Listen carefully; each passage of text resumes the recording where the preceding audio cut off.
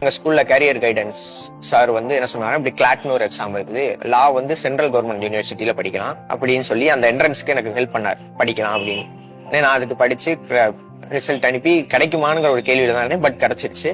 2.5 lakhs yearly அப்ராக்சிமேட்டா வரும்னு சொன்னாங்க.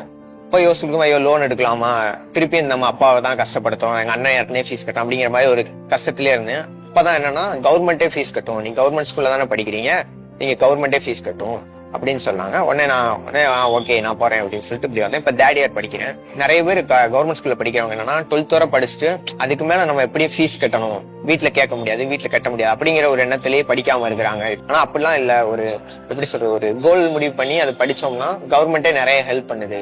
அப்ப அப்படி ஹெல்ப் பண்ணா இப்ப தேர்ட் இயர் வந்துட்டேன். எனக்கு அடுத்து நிறைய ஜூனியர்ஸ் எல்லாம் படிக்கிறாங்க. இப்போ கவர்மெண்டே வந்து மொத்த செலவு, இவங்க படிப்பதற்கான மொத்த செலவுமே அரசே ஏத்துக்கிறாங்க. அது எவ்வளவு பெரிய விஷயம் உங்களுக்கு? எந்த ஒரு பிரச்சனையும் நான் படிக்கிறேன். இன்னும் 2 வருஷம் இருக்கு, மொத்தம் 5 வருஷம். 5 வருஷமே கட்டுறேன்ட்டாங்க கவர்மெண்டே. இப்போ உங்க நீங்க ஸ்கூல்ல எவ்வளவு சப்போர்ட் பண்ணாங்க? இப்ப நான் சரி லா படிக்கலாம்னு ஆசைப்படுறேன் சார் அப்படின்னு கேட்டேன்.